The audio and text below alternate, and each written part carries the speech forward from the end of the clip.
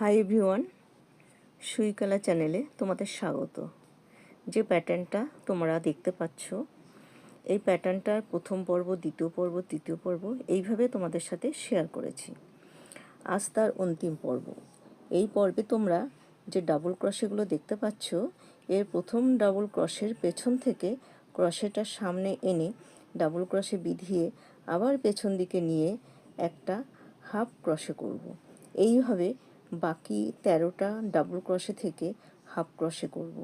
মোট 13টা করার পর ডিজাইনটা শেষ হবে এবং যে অংশটা আমি করলাম সেটা একটু উঁচু দেখতে লাগবে।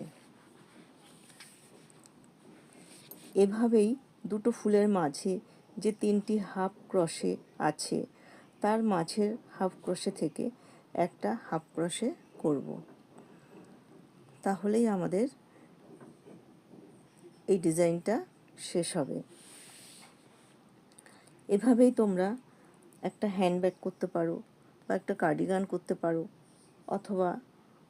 অথবা যে কোনো জিনিস তোমরা এটা করতে পারো।